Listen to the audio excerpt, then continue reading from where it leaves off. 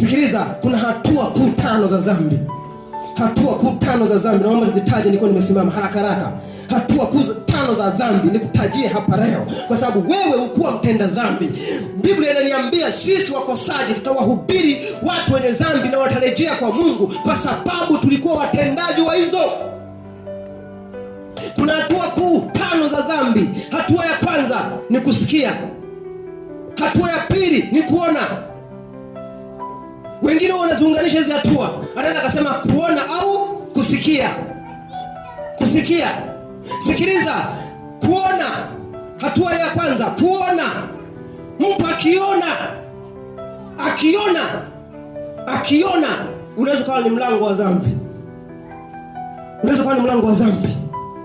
Na ndio maana Hawa alipoliona lile tunda, Mwanzo 3:6, alipoliona lile tunda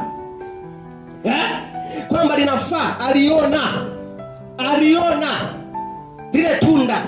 Kumbe hatua ya dhambi ni kuona. Hatua ya dhambi ya kwanza ni kuona. Tajia hapa haraka. Hatua ya dhambi ni kuona. Yaani ukiona matatizo, ukiona kitu kizuri, ukiona jambo fulani linaweza likakutoa kwenye msingi wa Mungu. Ndio maana nimesema ogopa sana kuenenda kwa kuona. Wewe enenda kwa imani. Enenda kwa agizo la Mungu.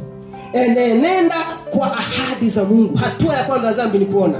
Hatua ya pili unaweza kuzunganisha ni kusikia. Wakorintho wa kwanza 15 mstari wa 33. Wakorintho wa kwanza 15 mstari wa kwanza 15 mstari wa 33 anasema ya kwamba msidanganyike, mazungumzo mabaya huharibu tabia njema. Kusikia vitu vibaya ni hatua ya dhambi.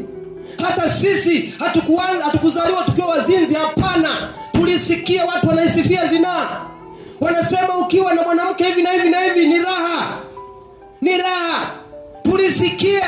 Wakorintho wa kwanza 15 mstari wa 33. Yaani ukisikia taarifa mbaya ni mlango wa shetani kuingiza dhambi.